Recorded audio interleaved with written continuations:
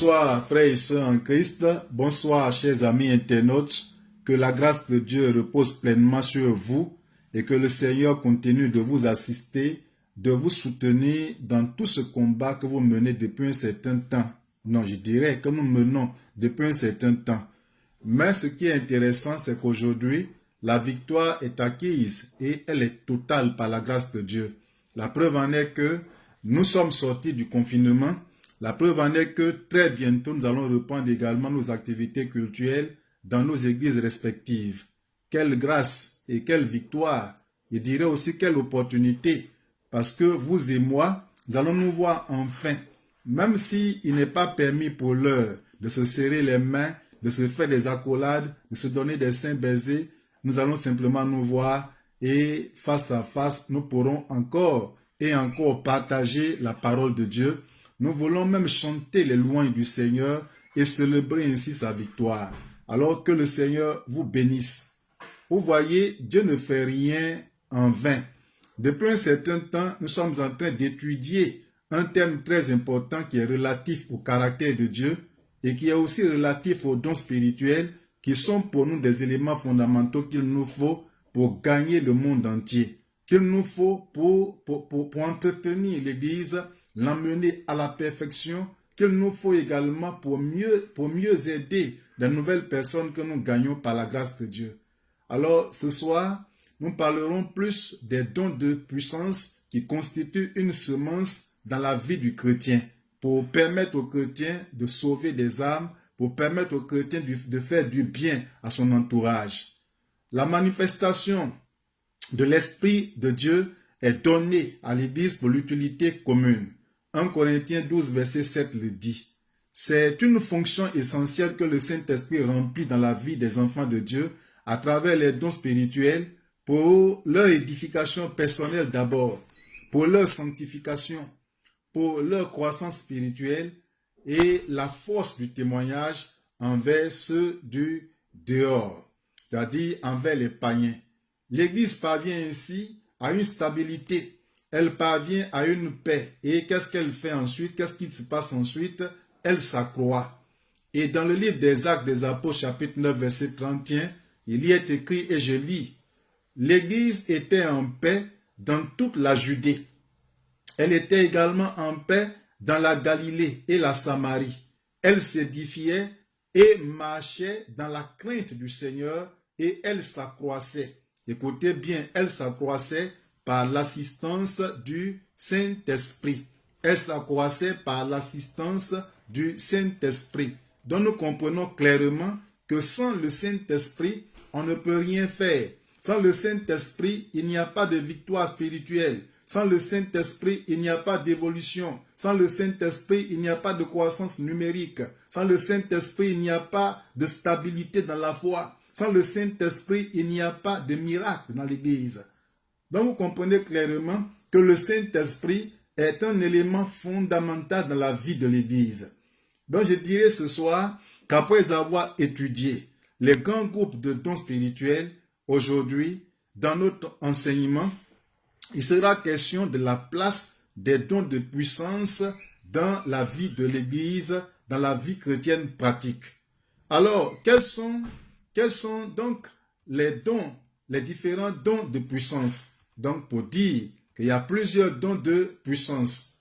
Nous savons que l'Esprit de Dieu est à l'œuvre dans le monde pour convaincre les habitants de la terre, dans le but de les emmener à la repentance et de les attirer à Jésus-Christ par l'évangélisation pour qu'ils soient sauvés. Oui, le Saint-Esprit, tout à l'heure, j'insistais un peu sur son importance, sur sa valeur, sur sa raison d'être. Et nous savons tous que l'Esprit de Dieu est à l'œuvre dans le monde entier. Et qu'est-ce qu'il fait concrètement? Il est là pour convaincre les habitants de la terre, dans le but de les emmener à la repentance, une repentance sincère, et les attirer ensuite à Jésus-Christ par l'évangélisation, pour que tous les habitants de la terre soient sauvés. Cependant, comme le Seigneur le disait, cependant je vous le dis, je vous dis la vérité, il vous est avantageux que je m'en aille. Car si je ne m'en vais pas, le consolateur ne viendra pas vers vous. Mais si je m'en vais, je vous l'enverrai. Et quand il sera venu, il convaincra le monde en ce qui concerne le péché, la justice et le jugement. Jean 16, versets 7 à 8. Donc vous comprenez, il fallait que le Seigneur parte. Effectivement, il y a eu ce qu'on appelle l'ascension après la résurrection du Seigneur. Il est parti aussi, il s'en est allé, mais il a promis son esprit à l'Église. Et l'esprit qui a été donné, qui a été communiqué, qui a été reçu par les disciples, par les apôtres au jour de la Pentecôte. Donc il fallait que le Seigneur parte pour que le consolateur, l'esprit vienne dans le but de remplir les chrétiens, dans le but de remplir les disciples, dans le but de les revêtir de sa puissance, dans le but de les emmener à accomplir une mission, cette mission fondamentale, à savoir l'évangélisation, à savoir les guérisons, à savoir la restauration du peuple de Dieu. Donc les dons de puissance sont composés de 3 éléments qui sont, il y a le don de foi, il y a le don des guérisons, il y a le don d'opérer des miracles. Dans leur manifestation, ces dons spirituels confirment tous la véracité de la parole de Dieu. Je dis bien que dans leur manifestation, ces dons spirituels confirment tous la véracité de la parole de Dieu. Oui, nous disons que la parole de Dieu, elle est vraie. Au commencement était la parole était Dieu, la parole était avec Dieu. Mais qu'est-ce qui prouve que la parole de Dieu est vraie? Qu'est-ce qui prouve que la parole de Dieu est créatrice? Qu'est-ce qui prouve que la parole de Dieu est puissante? Moi, je crois que c'est dans la manifestation des dons spirituels. Et il est dit que dans leur manifestation, ces dons spirituels confirment tous la véracité de la parole de Dieu. Donc, les dons sont vraiment importants dans l'Église. Les dons spirituels sont importants dans l'Église parce qu'ils confirment tous la véracité de la parole de Dieu.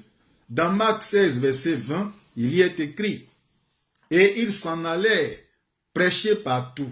Le Seigneur travaillait avec eux et confirmait la parole par les miracles qui l'accompagnaient. Je reprends ce verset. Et ils s'en allaient prêcher partout. Le Seigneur travaillait avec eux. Le Seigneur travaillait avec eux. Il n'était plus physiquement sur la terre. Mais ici, il est question du Saint-Esprit qui était en eux et qui les avait revêtus. Et le Seigneur travaillait avec eux et confirmait la parole par les miracles qui l'accompagnaient. Je dirais que ces dons sont une semence de l'Esprit en nous pour en retour sauver les vies en semant la parole en elles.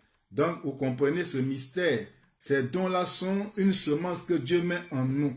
Et la semence étant semée en nous, nous amène également à aller vers d'autres personnes et ces dons se manifestent dans la vie de ces autres personnes en semant en elles la vie que nous avons reçue de la part de Dieu, que nous leur transmettons à notre tour. Voyez comment Dieu est merveilleux. Je veux dire simplement qu'en réalité, c'est Dieu lui-même là qui accomplit son œuvre à travers les humains que nous sommes. Nous ne sommes que des instruments, nous ne sommes que des outils que Dieu emploie dans son champ. C'est-à-dire, il nous prend, il nous sauve, il nous forme, il nous restaure, il nous remplit de sa présence, il nous donne son caractère, il nous galvanise par sa puissance, il nous envoie en mission et lui-même passe par nos mains pour agir, toucher des cœurs, convaincre des cœurs, remplir des cœurs de sa vie et les réconcilier avec lui. C'est Dieu qui fait son travail par nos mains.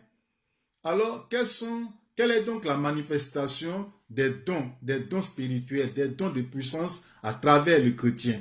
Donc, à travers toi, le don de puissance ou les dons de puissance se manifestent. Les dons de puissance, comme leur nom l'indique, occupent une place importante dans l'avancement du royaume de Dieu par le salut des âmes. Lorsqu'ils se manifestent dans la vie d'un chrétien, ils font de lui un ouvrier capable d'évangéliser, un ouvrier capable de détruire les œuvres du diable en vue de semer le règne de Dieu dans la vie des brebis. Vous voyez, les dons de puissance ne viennent pas pour dormir en nous, ou alors ne nous sont pas donnés pour que nous dormions avec, mais ils ont un rôle important qu'ils jouent dans la vie du chrétien. Donc les dons de puissance, comme leur nom l'indique, c'est-à-dire c'est des dons qui sont puissants et ils nous amènent à être puissants, ils nous amènent à être actifs. opérationnels sur le terrain. Donc, comme leur nom l'indique, occupent une place importante dans l'avancement du royaume de Dieu par le salut des âmes. Lorsqu'ils se manifestent dans la vie d'un chrétien, ils font de ce chrétien un ouvrier capable. Donc, lorsqu'ils viennent, il y a quelque chose qui change en le chrétien. Il y a quelque chose qui est touché dans la vie du chrétien. Il n'est plus la même personne. Il n'est plus le même. Il y a quelque chose qui est touché, qui est bousculé en lui et qui l'emmène à évangéliser. Et il devient capable également de détruire les œuvres du diable. Vous savez, nous sommes dans le monde. Nous ne sommes pas du monde. Et le monde aujourd'hui est troublé. Le monde traverse des moments difficiles. Le monde est contrôlé par des mauvais esprits, des esprits de mort, la pauvreté, les envoûtements, des échecs, des malédictions ancestrales, des malédictions parentales, des maladies incurables qui détruisent le monde, des démons qui poursuivent même en pleine rue des êtres humains, des esprits de traumatisme, la folie, les dépressions, des divorces un peu partout. Vous voyez, le monde est sous l'emprise de Satan. Mais le chrétien qui a reçu le don de puissance, Dieu le rend capable par ce don de détruire les œuvres du diable en vue de semer le règne de Dieu dans la vie des brebis. Dans le livre de Luc chapitre 4 versets 18 à 19, Jésus disait ceci, et je cite, « L'Esprit du Seigneur est sur moi, parce qu'il m'a oint pour annoncer une bonne nouvelle aux pauvres. Il m'a envoyé pour guérir ceux qui ont le cœur brisé, pour proclamer aux captifs la délivrance et aux aveugles le recouvrement de la vue, pour envoyer libres les opprimés, pour publier une année de grâce du Seigneur. » Vous voyez, l'Esprit du Seigneur était pleinement sur Jésus pour une mission bien donnée, bien déterminée. Il dit, l'Esprit du Seigneur est sur moi parce qu'il m'a oint pour annoncer une bonne nouvelle. Donc, l'Esprit du Seigneur le rend capable d'ouvrir la bouche et d'annoncer une bonne nouvelle. Donc, quelqu'un, par le passé, pouvait avoir honte d'affronter le public, ou même pouvait avoir honte de parler à un individu quelque part dans la rue, au supermarché, ainsi de suite. Mais lorsqu'il reçoit l'Esprit du Seigneur, il y a un changement qui se produit en lui. Il le rend capable d'annoncer la bonne nouvelle. Il le rend capable d'ouvrir la bouche et de parler de la part de Dieu. Donc, pour annoncer une bonne nouvelle aux pauvres, il m'a envoyé pour guérir. Vous voyez, il a envoyé pour guérir ceux qui ont le cœur brisé, des personnes déçues, des personnes trahies, des personnes méprisées, des personnes opprimées. Le Seigneur emmène son esprit, envoie son esprit pour que ces personnes-là soient guéries, pour proclamer également aux captifs la délivrance et aux aveugles le recouvrement de la vue, pour envoyer enfin libres les opprimés et publier une année de grâce du Seigneur. Et ce soir, relativement au don de puissance, nous allons voir la première partie de ce don de puissance, de ces dons de puissance qu'on appelle dans la Bible, enfin mentionné dans la Bible comme le don de foi. Donc le don de foi. Donc nous allons voir le petit 1, le don de foi. À ce niveau, deux dimensions de foi existent. Il y a la foi qui mène au salut et il y a la foi qui produit des miracles en des occasions spéciales. Concernant la foi qui mène au salut, dans Hébreux 11, verset 6, il y est écrit, Or, sans la foi, il est impossible de lui être agréable, car il faut que celui qui s'approche de Dieu croit que Dieu existe. Oui, il faut qu'il croie que Dieu existe et qu'il est le rémunérateur de ceux qui le cherchent. Donc, lorsque quelqu'un s'approche de Dieu, il faut qu'il croie que Dieu existe. Donc, cette foi-là nous emmène au salut. Et le deuxième verset qui nous le prouve, c'est Éphésiens 2, verset 8. Car c'est par la grâce que vous êtes sauvés, par le moyen de la foi. Et cela ne vient pas de vous, mais c'est le don de Dieu.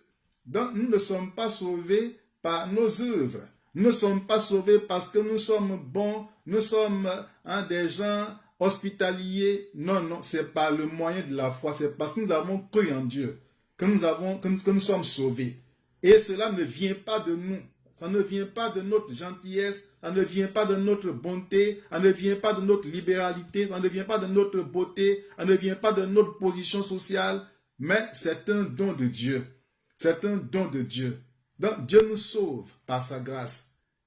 Et c'est par cette foi simple que nous sommes sauvés par la grâce de Dieu. Donc je disais tantôt qu'il y avait donc la foi qui mène au salut et il y a la foi qui produit des miracles en des occasions spéciales. Je crois que ce soir, c'est de cette foi qui produit des miracles en des occasions spéciales que nous parlerons plus. Cette foi manifeste est la preuve de notre attachement spirituel et engagement avec Jésus pour l'extension de son œuvre. Elle nous aide à évangéliser. Elle nous aide également à promouvoir la délivrance des âmes. Donc la foi manifeste est la preuve de notre attachement spirituel et notre engagement avec Jésus pour étendre, oui, pour l'extension de son œuvre. Cette foi nous aide à évangéliser et nous permet de faire la promotion de la délivrance des âmes. Voyez, c'est vraiment différent de la foi en tant qu'instrument ou bien la foi qui mène au salut. Donc cette autre foi dont je parle, qui concerne, dont je parle ce soir, et cette foi manifeste de notre attachement spirituel et engagement avec le Seigneur pour étendre son royaume. Donc c'est vraiment un élément qui est très important pour nous. Donc en un mot, le don de foi est utile en ce sens qu'il permet à l'enfant de Dieu de vaincre l'incrédulité et d'emmener toute pensée captive à l'obéissance à Dieu. Donc c'est des choses importantes pour nous ce soir, bien aimés, ne voyez-vous pas? Donc je disais tantôt que le don de foi est utile, en ce sens qu'il permet à l'enfant de Dieu de vaincre l'incrédulité. Donc il nous met largement au-dessus de l'incrédulité. Il nous emmène à vaincre l'incrédulité et d'emmener ensuite toute pensée captive à l'obéissance à Dieu. Donc c'est quelque chose de fort. Il nous amène à vaincre l'incrédulité et il nous amène également à amener toute pensée captive à l'obéissance à Dieu. Quelqu'un qui n'obéit pas, quelqu'un qui est rebelle, quelqu'un qui est loin de Dieu, quelqu'un qui est dans l'athéisme. Dieu permet que par ton canal, cette personne-là parvienne à l'obéissance à la parole de Dieu. N'est-ce pas merveilleux? Il est écrit dans 2 Corinthiens 10, verset 4 au verset 5, il y est écrit « Car les armes avec lesquelles nous combattons ne sont pas des armes charnelles, mais elles sont puissantes par la vertu de Dieu pour renverser les forteresses. Oui, nous renversons les raisonnements et toute hauteur qui s'élève contre la connaissance de Dieu. Et nous emmenons toute pensée captive à l'obéissance de Christ. » Ça se fait comment? Par quel moyen? On peut réussir ce miracle-là par la foi. Donc ce don ne doit pas être négligé, mais être utilisé pour le développement de l'Église.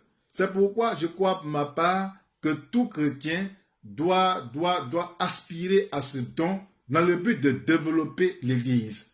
Si dans une Église, il y a des personnes qui sont vraiment remplies de l'Esprit de Dieu et qui ont le don de puissance et qui sont capables d'emmener des gens incrédules à la soumission à la parole de Dieu, d'emmener des gens qui aiment raisonner, qui aiment philosopher, qui se disent athées, qui se disent loin de Dieu, qui ne veulent même pas faire la paix avec Dieu. S'il y a des gens pétris d'onction de Dieu et qui sont capables de les emmener à l'obéissance à la parole de Dieu, n'est-ce pas merveilleux?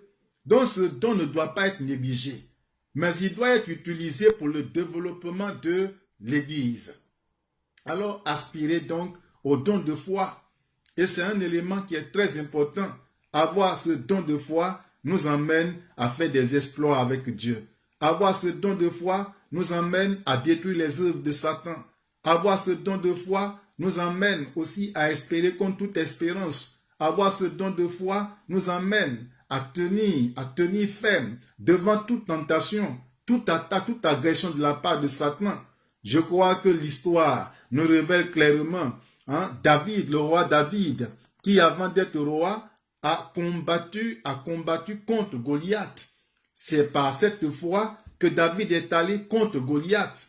Mais avant de mener ce combat, que s'est-il passé? David avait été préalablement oint par Samuel, le sacrificateur. Il avait reçu l'onction et cette onction symbolise le don du Saint-Esprit que David a reçu. L'huile a été versée sur sa tête et s'est répandue sur tout son corps, de la tête jusqu'à la plante de ses pieds. Et cette huile a également pénétré le cœur de David. David a acquis non seulement le caractère de Dieu, mais aussi il a reçu de la puissance de Dieu. Vous allez voir que depuis ce jour-là, les choses ont changé dans la vie de David. Sa façon de voir les choses, sa façon de faire les choses. Il a pu affronter l'ours sans une arme dans la main et il a vaincu l'ours. Il a pu affronter le lion, il a vaincu le lion. Et plus tard, il a pu affronter Goliath. Goliath qui faisait trembler toute l'armée d'Israël. Goliath qui faisait trembler également le roi Saül. Mais David avait une grande assurance. David avait une grande foi. David avait une grande conviction. David savait que cet homme-là ne pouvait rien faire contre Dieu, ne pouvait rien faire contre lui, parce que lui, David, avec la foi qu'il avait en Dieu, cette foi l'emmenant à détruire le lion, qu'il avait emmené à détruire le lion, pouvait également le conduire et lui permettre de terrasser ce Goliath qui était devant le peuple d'Israël, en train de le menacer, l'humilier, même injurier, même son Dieu. Et David s'est donc levé et il a affronté Goliath sur le champ de bataille.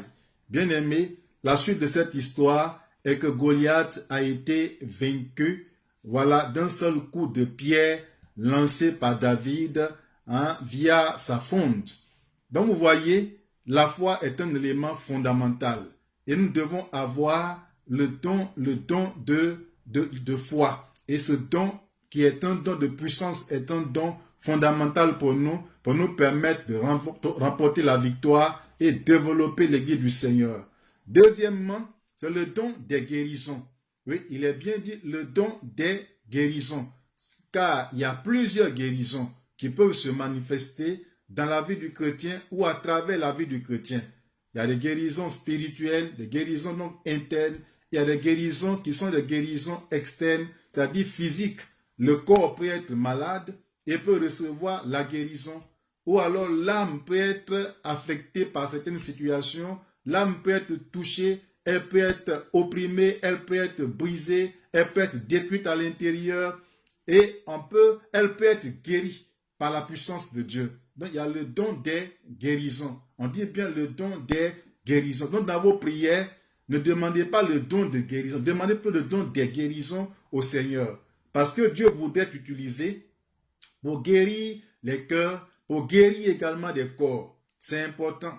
Donc le don des guérisons se manifeste par la souveraineté de Dieu. Oui, il se manifeste par la souveraineté de Dieu. Il est vital dans l'évangélisation. Dans sa manifestation, le don des guérisons persuade. Il révèle également au peuple que le Seigneur est le Dieu qui sauve et qui guérit toutes les infirmités. Donc c'est un don qui est très puissant. Voilà, et il nous aide. Il est vital dans l'évangélisation. Vous savez, on va souvent vers les hommes, on leur parle de Dieu. Dieu est bon, Dieu est amour, Dieu est puissant, Dieu peut guérir. Au temps de Moïse, voilà ce que Dieu a fait. Au temps d'Abraham, voilà ce que Dieu a fait. Aujourd'hui, il peut encore faire des choses. Et celui à qui vous parlez est malade. Celui à qui vous parlez a des maux de ventre. Celui à qui vous parlez a des ulcères dans l'estomac. Celui à qui vous parlez de Dieu est infirme. Mais qu'est-ce qui montre, qu'est-ce qui prouve que ce Dieu que tu sais, dont tu parles avec tant de ferveur, qu'est-ce qui prouve que ton Dieu est puissant? C'est par la guérison, c'est par le miracle qui va s'opérer qu'il sera plus convaincu. Donc dans sa manifestation, le don de guérison persuade. Il révèle au peuple que le Seigneur est le Dieu qui sauve et qui guérit toutes les infirmités. Oui, par mon ministère, par la grâce de Dieu, quelqu'un qui était malade, ça j'étais en Afrique de l'Ouest encore, où je servais le Seigneur, dans une ville de l'intérieur du pays. Un jour, j'ai été invité dans un village pour prier pour quelqu'un dont la famille n'espérait même plus sa vie. Il était gravement malade. Lui seul avait diverses maladies et des maladies compliquées. Il avait la tuberculose, il avait une insuffisance rénale, il avait un problème au niveau de son dos. Il était même paralysé. Et finalement, des gens l'avaient abandonné et n'attendaient que sa mort. Et il y a l'une de ses filles qui a eu le courage de venir vers moi pour dire, pasteur, viens prier pour mon père. Juste pour le recommander pour qu'il entre dans l'éternité. Alors, j'ai prié le Seigneur et je me suis fait accompagner par l'un de mes fidèles. Nous y sommes arrivés et nous avons été reçus par la famille. Nous sommes rentrés dans la maison, dans la chambre de cet homme. Il faut dire que c'était compliqué. C'était un cas désespéré. Il était gravement malade. Et dans ce genre de situation, il faut respecter, il faut une procédure. Il faut d'abord présenter l'évangile à la personne. Nous lui avons présenté l'évangile dans des odeurs suffocantes, des odeurs nauséabondes. Nous lui avons présenté l'évangile parce que c'était insupportable dans la maison, puisqu'il faisait pratiquement tout sur lui dans la maison.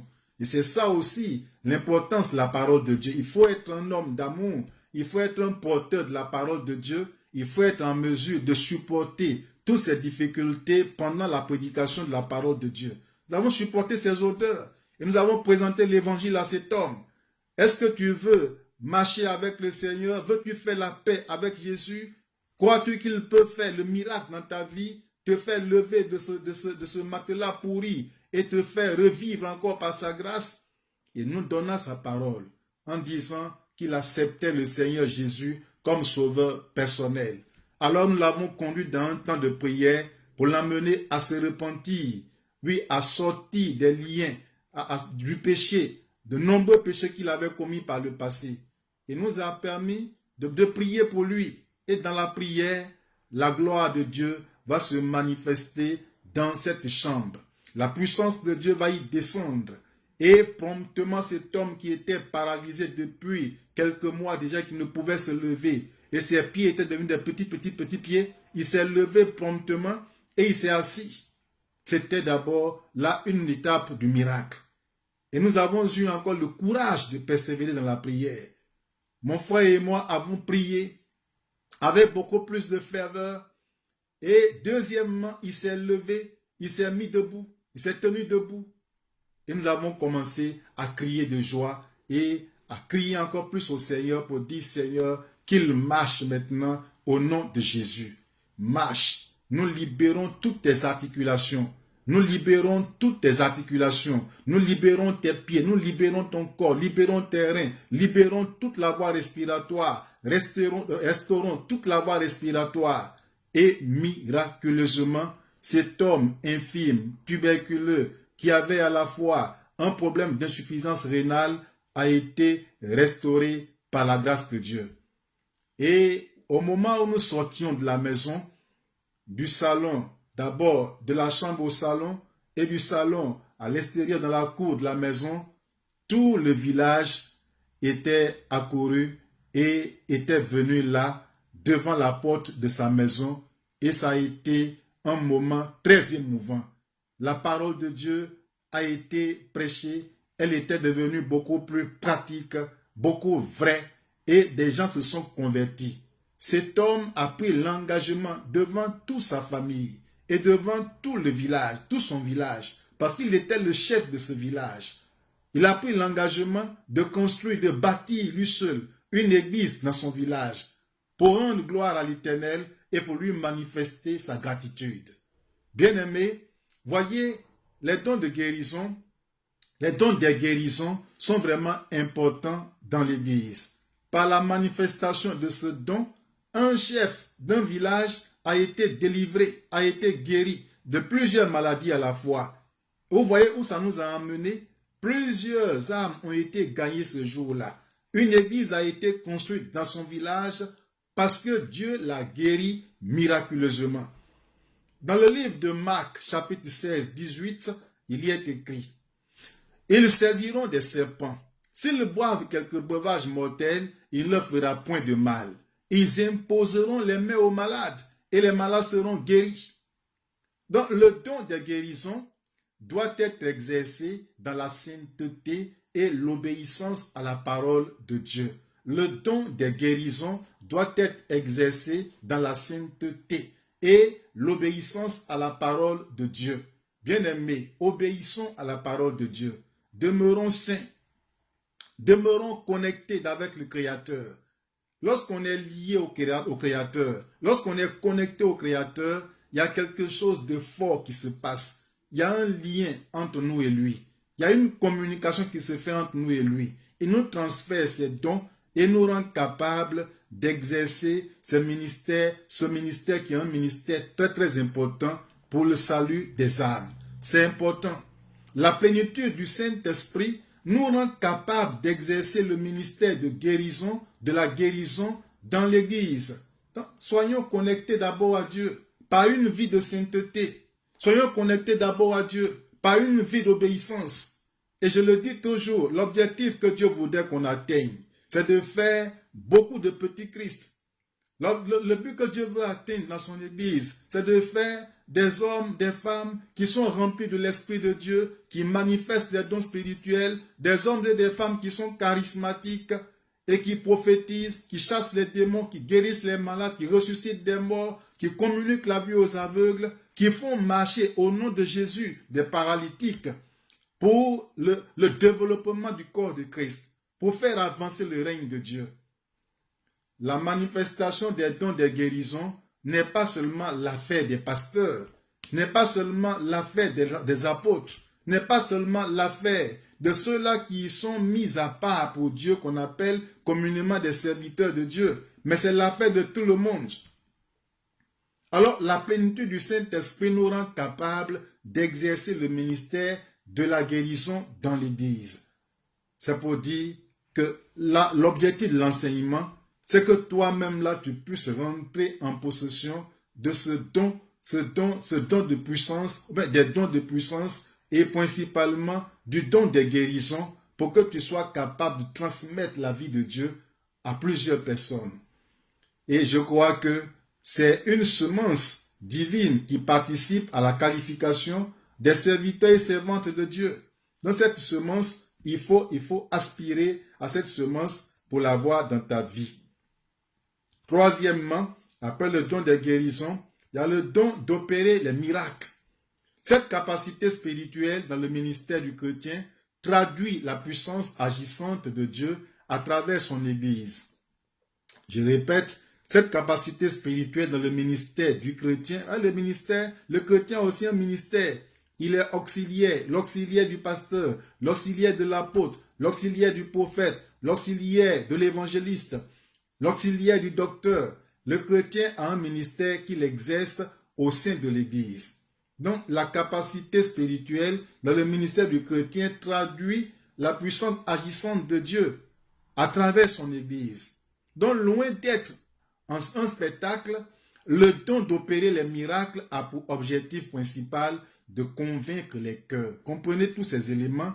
Oui, il a pour objectif principal de convaincre les cœurs, de briser les liens de la religion, de briser également les liens de l'incrédulité. C'est l'objectif du don de miracle.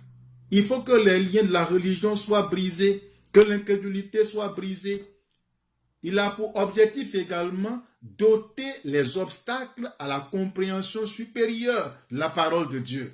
Donc, les obstacles doivent être ôtés pour que les gens comprennent la parole de Dieu. C'est le miracle de Dieu. Lorsque quelqu'un qui ne connaissait pas Dieu, quelqu'un qui avait le cœur fermé, quelqu'un qui était insensible à la voix de Dieu, se convertit miraculeusement. Bien-aimé, c'est le miracle. C'est un miracle. Et je crois que le plus grand miracle que Dieu entreprend dans la vie de l'être humain, c'est la conversion de l'être humain. C'est le changement radical de l'être humain. C'est le plus grand miracle. Donc cet objectif l'un des objectifs, est d'ôter les obstacles à la compréhension supérieure de la parole de Dieu. Il confirme enfin que Jésus est Dieu. Vous voyez, donc par le don d'opérer des miracles, donc les miracles confirment que Jésus est Dieu. Dans l'évangélisation, ce don aide le peuple à placer sa confiance en Dieu et à affermir la foi des ouvriers sur le terrain de l'action spirituelle. Donc, dans l'évangélisation, le don d'opérer des miracles, aide le peuple à placer sa confiance en Dieu. Lorsque quelqu'un qui est aveugle voit, les gens peuvent crier. Lorsque quelqu'un qui est mort ressuscite, vous voyez, c'est émouvant. Les gens vont crier de joie. Oh, Dieu est glorifié. Oh, qu'il est merveilleux le Seigneur. Qu'il est puissant le Seigneur. Lorsque quelqu'un qui souffre d'un cancer, un cancer très avancé, dont on ne peut le sauver humainement parlant, scientifiquement parlant, lorsque Dieu le guérit de ce mal, mais la joie est très grande. Et par la manifestation de ce don de miracle dans l'Église, ou même à travers la main de l'Église, qu'est-ce qui se passe? Le peuple place sa confiance en Dieu. Et par cette manifestation également, les ouvriers sont affermis sur le terrain de l'action. C'est-à-dire, ils sont confiants, ils savent que Dieu est avec eux, ils savent que Dieu les conduit dans le combat, ils savent que Dieu veille sur eux, ils savent qu'ils ont reçu l'onction de la part de Dieu, et ils parlent avec une certaine ferveur, ils parlent avec une certaine conviction, ils parlent avec une certaine détermination, et ils peuvent même prier pour des gens parce qu'ils sont confiants, ils savent que ce don est dans leur vie, ils savent que ce don est au milieu d'eux et que Dieu ne peut pas renier lui-même sa propre parole, il suit sa parole pour l'accomplir. Alors que le Seigneur vous bénisse. En conclusion pour ce soir, je dirais que le don de foi, le don des guérisons et le don d'opérer les miracles sont les dons de puissance qui constituent une semence en nous. Ils occupent une place de choix dans l'évangélisation, la délivrance et la conversion des âmes à Christ. Tout chrétien doit les rechercher et les exercer dans le ministère sous l'inspiration de Dieu avec ordre et obéissance pour l'édification des saints. Je dis bien que tout chrétien doit les rechercher. Il doit rechercher le don de foi. Il doit rechercher le don des guérisons. Il doit rechercher le don d'opérer des miracles. Et qu'est-ce qu'il doit faire? Il doit le faire, il doit les exercer dans le ministère sous l'inspiration de Dieu et avec ordre. Je dis bien avec ordre, car de nos jours, il y a tellement de désordre dans la manifestation des dons. Il y en a, lorsqu'ils les ont, c'est de l'orgueil, c'est de l'arrogance, c'est se taper la poitrine dans l'église. Ah, moi j'ai le don de guérison, moi j'ai le don de révélation, moi je peux sauver quelqu'un, je peux ressusciter un mort, je peux donner la vie aux aveugles. Vous ne me connaissez pas, c'est moi le Tout-Puissant, c'est moi la plus puissante, c'est moi la prophétesse, c'est moi la guérisseuse, c'est moi le guérisseur. Bien-aimé, c'est du désordre. Il est dit que tout doit se faire sous l'inspiration de Dieu avec ordre et obéissance pour l'édification des saints. Ce n'est pas pour toi, c'est pour l'édification des saints. Tu n'es qu'un instrument, les ayant reçus pour l'édification des saints. Par ces dons, notre Seigneur nous rend capables d'être dans ce monde. Par ces dons, je le dis, notre Seigneur nous rend capables d'être dans ce monde de puissants témoins de Christ. Acte 1, verset 8 nous le dit. Le Seigneur nous rend puissants d'être de puissants témoins dans ce monde. Donc, lorsqu'on a ces dons, on est puissant. C'est le charisme, c'est l'onction, c'est l'autorité spirituelle. On marche la tête haute, on affronte des situations, on arrive à braver tout ce qui s'impose à nous comme épreuve.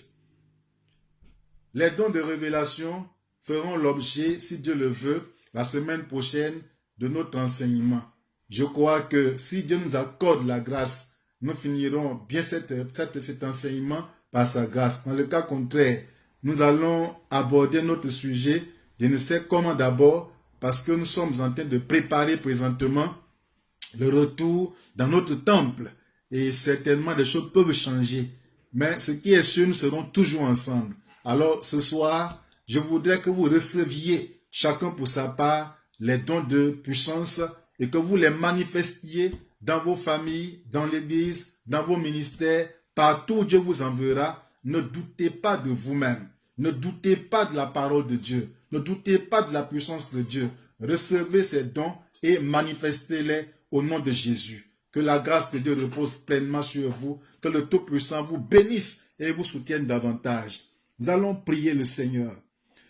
Ce soir, je vais prier pour vous et dire à Dieu de se manifester, de vous utiliser, de répandre sa grâce sur vous. Je ne vais pas passer beaucoup de temps avec vous ce soir, mais quelque chose de précieux, quelque chose de fort va se passer en vous au moment où il serait en train de prier. Fermez les yeux s'il vous plaît et je souhaiterais que chacun lève simplement ses deux mains vers le trône de Dieu parce que c'est le moment où l'onction va descendre sur toi, où les dons que tu as demandé à Dieu, tu as demandé les dons des guérisons, tu as demandé les dons, le don de la foi, le don de foi, tu as demandé à Dieu le don d'opérer des miracles. C'est ce moment que Dieu a choisi pour te le donner. Tu ne l'avais pas reçu depuis lors parce que tu ne savais pas trop de quoi il s'agissait. Maintenant que tu es éclairé, le Seigneur va te les communiquer. Lève les mains s'il te plaît. Père, que toute la gloire te revienne à toi, que l'honneur et l'élévation te reviennent. Tu nous fais sortir de l'ignorance, tu nous fais sortir, Père Tout-Puissant, de l'obscurité, tu nous fais sortir, Père Tout-Puissant, du manque de connaissance, pour nous emmener, Père Tout-Puissant, dans les profondeurs de ta parole, en nous révélant ta volonté, en nous révélant ta vision, en nous révélant, Père Tout-Puissant, toutes ces choses précieuses pour nous permettre d'être plus efficaces. Car l'objectif, c'est de nous rendre efficaces. L'objectif, c'est de nous rendre puissants. C'est de nous emmener à travailler et à renverser les forteresses. Emmener à toi tous ceux qui sont désobéissants. Les emmener, Père Tout-Puissant, à l'obéissance à ta parole.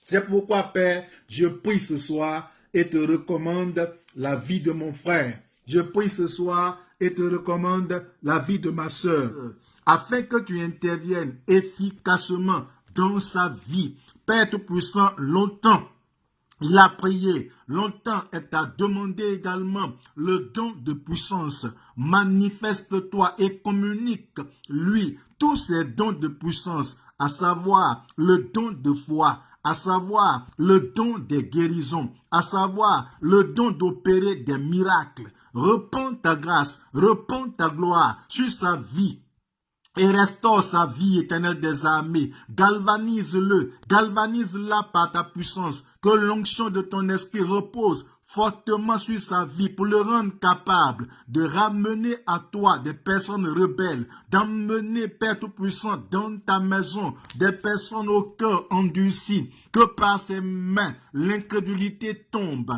que par ses mains, Seigneur, oui, la désobéissance tombe, que par son canal, les raisonnements, Père, les disputes vaines tombent, que par son canal, des cœurs endurcis, des cœurs de pierre, soient ramollis par ta parole, au nom de Jésus-Christ, que des malades spirituels soient guéris par son canal, que des malades physiques, que ceux qui souffrent de cancer, ceux qui souffrent de prostate, ceux qui souffrent de n'importe quelle maladie soient délivrés miraculeusement par son canal. Que Père, des malades mentaux soient guéris par son canal. Que Père Tout-Puissant, des personnes traversant des périodes difficiles où ils sont dans le désespoir total reviennent à toi par son canal, au nom de Jésus-Christ, qu'avec ou sans l'imposition des mains, que ton fils et ta fille, oh Yahvé, parviennent à communiquer la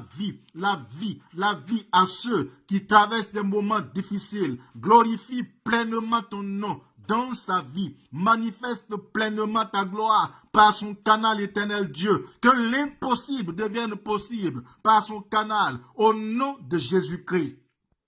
Éternel, devant ton trône ce soir se trouvent plusieurs hommes et femmes en train de prier avec moi. S'il y a parmi eux quelques-uns qui traversent des moments difficiles, qui sont eux-mêmes malades, qui sont eux-mêmes, Père Tout-Puissant, victimes d'un problème quelconque, d'une situation quelconque, je proclame leur délivrance, je proclame leur guérison, je proclame leur délivrance, je proclame leur guérison, leur guérison, leur guérison, leur guérison, leur guérison, leur restauration. Je les fais sortir, Père Tout-Puissant, des ténèbres pour les introduire maintenant dans ta glorieuse lumière. Je les fais sortir, Père Tout-Puissant, des maladies et je leur communique la vie, la guérison. Je procède à une réparation, à une restauration au niveau de leur corps, au nom de Jésus, au nom de Jésus, au nom de Jésus. Seigneur, tu manifestes ta gloire à l'intérieur d'eux, car au niveau des dons des guérisons, la guérison est à la fois spirituelle. Elle est donc interne et externe à la fois. Je guéris leur âme, je guéris leur corps, je leur communique la vie tout-puissant. Manifeste ta gloire éternelle des armées. Merci pour la victoire. Merci pour ces dons que tu leur donnes. Merci de les rendre capables de faire de grandes choses pour toi, de faire de grandes choses avec toi. Sois béni, sois élevé au nom de Jésus. Amen. Merci Seigneur. Que toute la gloire te revienne pour ton peuple. Sois béni au nom de Jésus. Amen.